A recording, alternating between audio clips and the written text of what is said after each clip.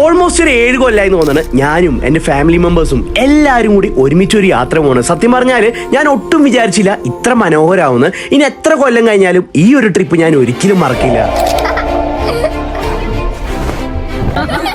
നമ്മളെല്ലാവരും യാത്ര ചെയ്യാൻ ഇഷ്ടപ്പെടുന്ന ആൾക്കാരാണല്ലേ. ഫ്രണ്ട്സിന് കൂടെ ട്രിപ്പ് പോയാൽ മാത്രമാണ് ആ ഒരു ട്രിപ്പ് വൈബ് ആവണമെന്ന് വിചാരിക്കുന്ന ഒരു കൂട്ടത്തിലായിരുന്നു ഞാൻ. പക്ഷെ ആ ഒരു കാര്യം ഈ ഒരു ട്രിപ്പിന് ശേഷം മാറിക്കഴിഞ്ഞ്. കാരണം അത്ര അടിപൊളിയായിരുന്നു ഈ ഒരു ട്രിപ്പ്.